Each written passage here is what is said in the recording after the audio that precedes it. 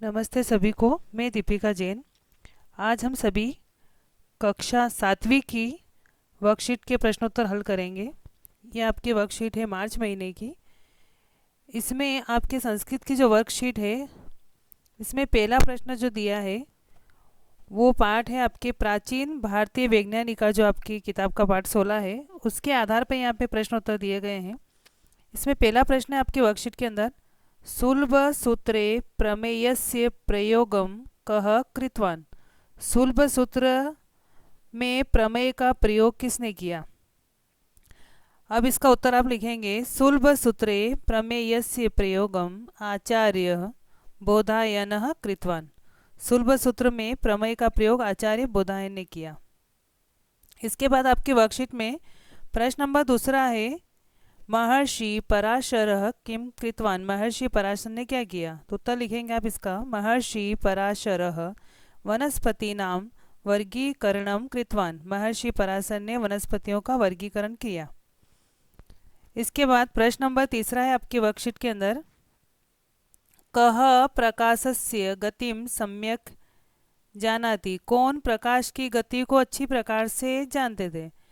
तो इसका उत्तर आप लिखेंगे, आर्यभट्टः प्रकाशस्य गतिम सम्यक जानाति इसम। आर्यभट्ट जो है वो प्रकाश की गति को अच्छी प्रकार से जानते थे। आपके वर्कशीट में जानन्ति लिखा हुआ जो गलत है, यहाँ आएगा जानाति इसम। आर्यभट्टः प्रकाशस्य गतिम सम्यक जानाति इसम। इसके बाद प्रश्न नंबर चौथा है आपकी वर्कशीट में, भास्कराचार्य किम प्रतिपादितवान। भास्कराचार्य ने क्या प्रतिपादित किया। इसका उत्तर आप लिखेंगे, भास्कराचार्य गुरुत्व आकर्षण सिद्धांतम पै इति गणित चिन्हस्य मानम त्रैराशिक नियमादीन प्रतिपादितवान। भास्कराचार्य ने गुरुत्व आकर्षण सिद्धांत पै, जो गणित का चिन्ह है, उसका मान और त्रैराशिक जो नियम होते हैं उनको प्रतिपादित किया। इसके बाद इसी प्रश्न नंबर पहले के दो भाग है, अ और ब। तो ब भाग में दिया हुआ है आपके पाठ 21 जो है सुक्ति।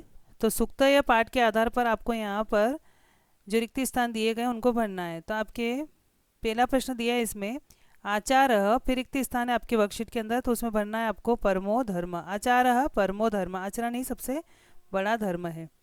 इसके बाद दूसरा रिक्त स्थान दिया हुआ है आपके इसमें उदार चरिता नाम तू। ये आपको रिक्त स्थान में लिखना है वसुधैव कुटुंबकम। उदार हृदय वालों के लिए तो पूरा संसार ही परिवार होता है।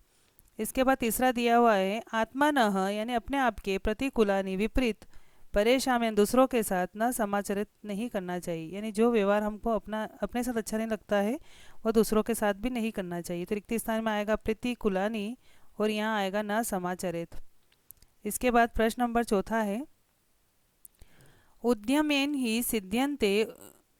परिश्रम करने से ही सिद्ध होते हैं। रिक्त स्थान में आएगा कार्याणि, यानी काम, न मनोरथे, मन में सोचने से नहीं। परिश्रम करने से ही कार्य सिद्ध होते हैं, मन में सोचने से नहीं होता है। इसके बाद आपके प्रश्न नंबर दूसरा दिया हुआ है गद्यांश। ये गद्यांश आपके वर्कशीट में है, लोकमान्य से लगा करके विभूषित तक गद्यांश आपके वर्कशीट में छपा हुआ है। इस पे आधारित प्रश्नोत्तर है। पहला प्रश्न है आपकी वर्कशीट के अंदर, लोकमान्य बाल गंगाधर तिलक कः आसीत्। लोकमान्य बाल गंगाधर तिलक कौन थे। तो इसका उत्तर आपको लिखना है, लोकमान्य बाल गंगाधर तिलक महान देशभक्त आसीत्। लोकमान्य बाल गंगाधर तिलक महान देशभक्त थे।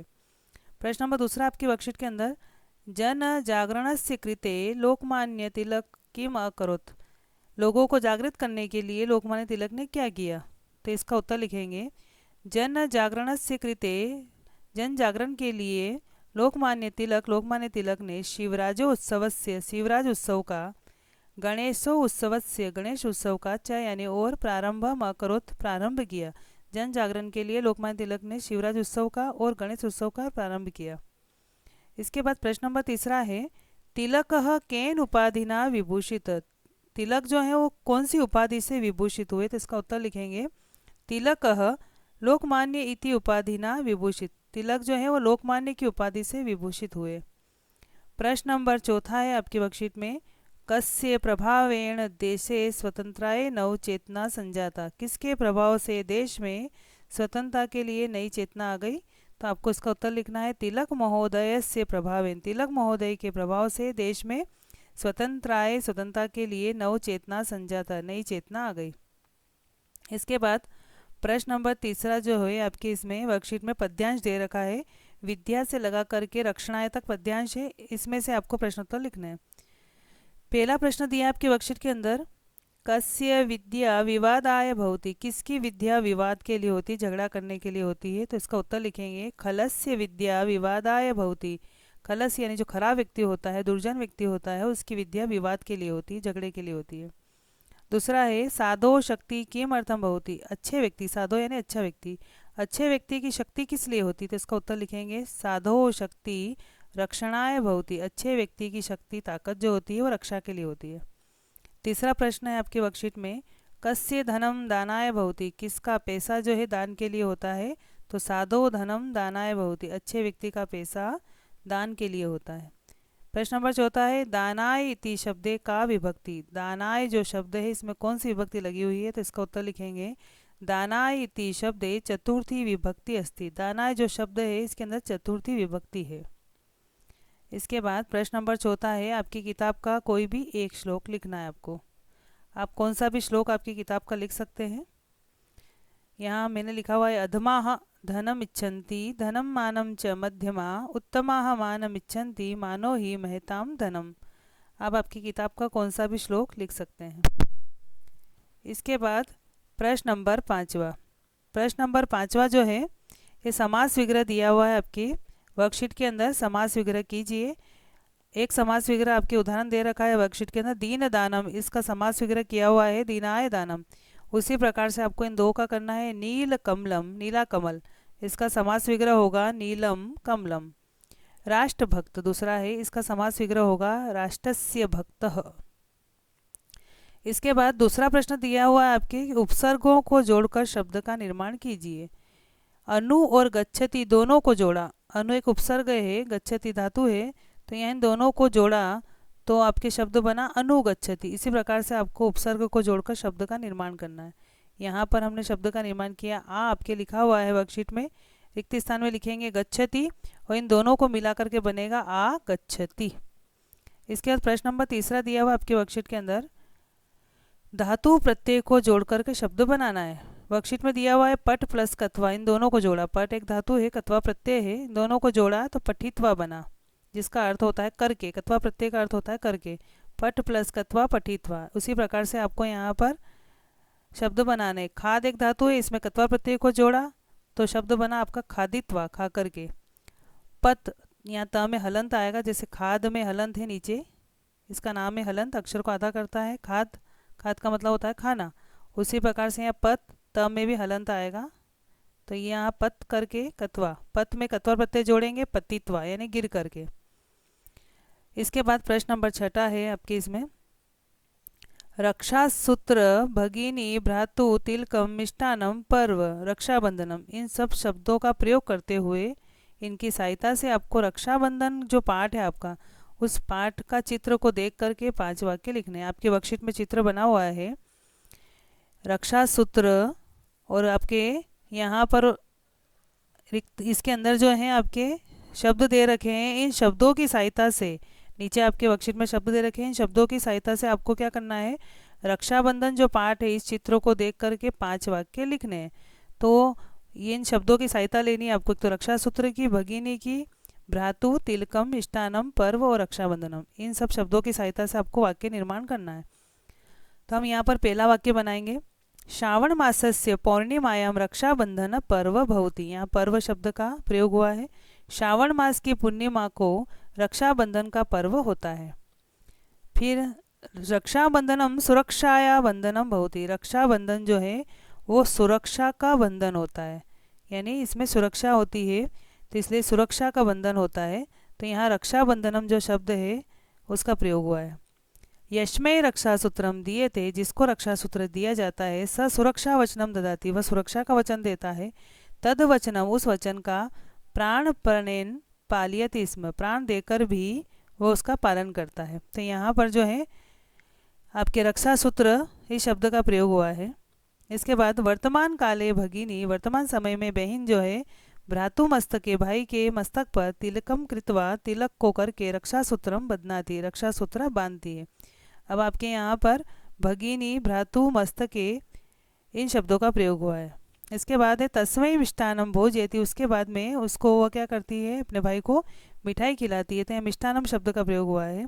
तस्य कृते, और उसके लिए, मंगल कामनाम च करोति, और मंगल कामना करती है। तो आपके जो शब्द दिए गए हैं उनकी सहायता लेकर के यहाँ 5 वाक्य बनाए गए हैं। इसके बाद में प्रश्न नंबर 7वां है परियोजना कार्य। इसके 2 भाग है, अ और भ। अ भाग जो है आपके मत्स्य त्रय कथा जो पाठ है उसके ऊपर आधारित है ये। पहला प्रश्न दिया है इसमें, जलाशय जो तालाब है आपका, उसका आपको चित्र बनाना है और मछलियों सहित चित्र बनाना है। तो ये आपकी किताब में से आप बना लेना। आपकी जो किताब है उसमें जो मत्स्य त्रय कथा पाठ है उस पाठ के अंदर से आपको यहाँ पर तालाब बनाना है और तालाब के अंदर मछलियाँ भी दर्शानी है आपको। तो इस प्रकार से यहाँ पे तालाब का चित्र बनाइए मछलियों के सहित। इसके बाद प्रश्न नंबर 2 दिया हुआ है आपके वर्कशीट के अंदर, तीसरा मत्स्यानाम नामानी, तीनों मछलियों के नाम आपको लिखने हैं कि उन तीनों मछलियों के नाम क्या थे। तो इसका उत्तर है तीसरा मत्स्यानाम नामानी एतानी संति, तीनों मछलियों के नाम ये हैं। क्या नाम है उनके? अनागत विधाता, प्रत्युत्पन्नमति, यद भविष्य च इति। अनागत विधाता, प्रत्युत्पन्नमति और यद भविष्य नाम है उनके। इसके बाद प्रश्न नंबर 3 है, जलाशयम अवलोक्य धीवरः निश्चय, तालाब को देख करके मछुआरों ने क्या निश्चय किया। आपके वर्कशीट में धीवर छपा है या धीवरा आएगा।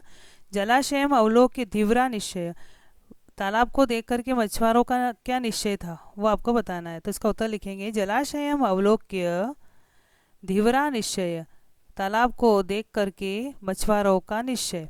अस्मिन् जलाशये बहवः मत्स्या सन्ति, इस तालाब में बहुत सारी मछलियां हैं। प्रभाते अस्माभिः, सुबह हम सभी, अत्र अवश्यमेव, यहाँ पर जरूर ही, आगंतव्यमिति, आएंगे ही, ऐसा इन्होंने निश्चय किया था। तो ये उनका निश्चय था मछुआरों का। इसके बाद प्रश्न नंबर 4 है।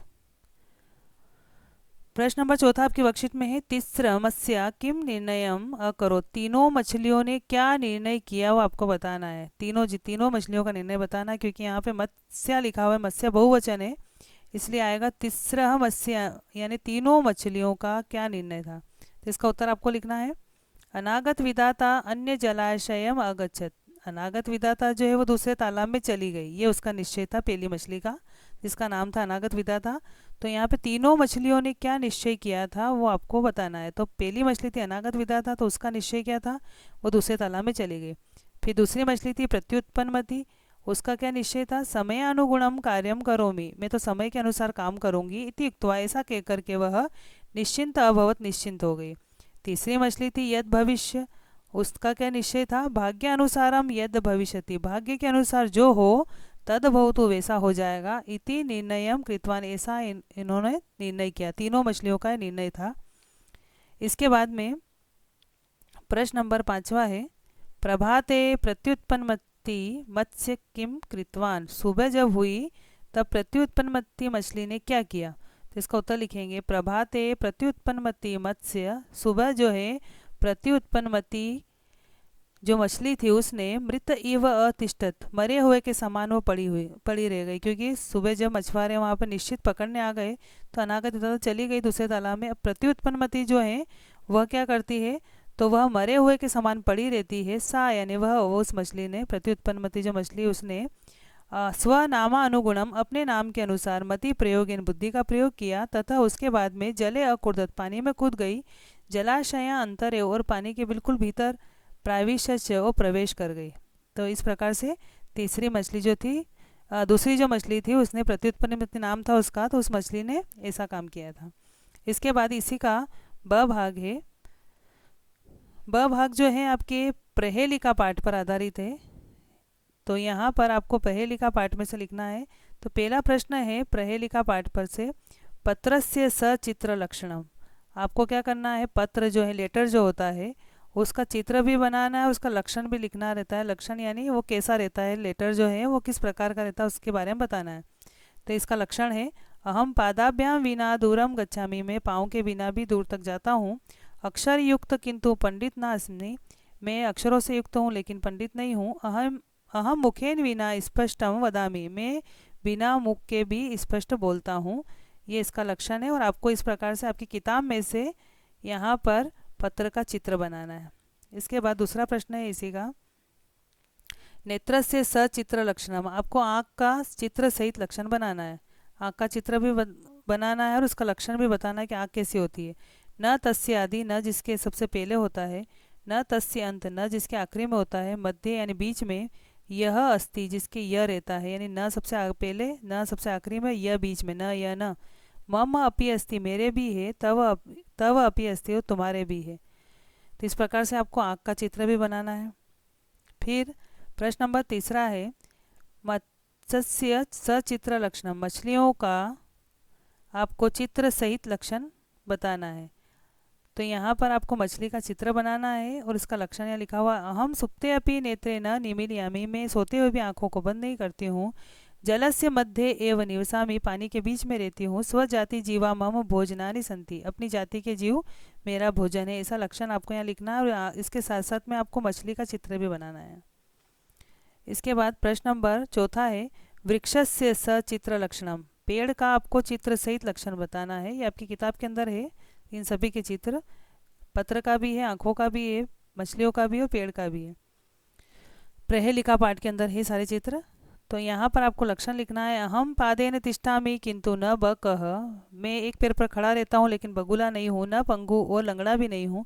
अहम फलानाम दाता किंतु न कृति न यत्न, मैं फलों को देने वाला हूँ किंतु मैं कोई कृति भी नहीं हूँ और यत्न भी नहीं हूँ। मौनेन जीवामि, मौन पूर्वक जीवित रहता हूँ किंतु न मुनि न मूक, न तो मैं मुनि हूँ न मैं गूंगा हूँ। सेव्य अस्मि अहम, सेवा करता हूँ मैं, किंतु न नृपति न देव, लेकिन लोग जो है इसके अंदर पानी भी डालते सेवा भी करते हैं, लेकिन वह राजा भी नहीं है और देवता भी नहीं है। इस प्रकार से यहाँ आपको पेड़ का चित्र बनाना है। इसके बाद इसका प्रश्न नंबर 5वां है, नारिकेलम फलस्य सचित्र लक्षणम, नारिकेल फल यानी जो नारियल होता है उस फल का आपको चित्र भी बनाना है और लक्षण भी बताना है।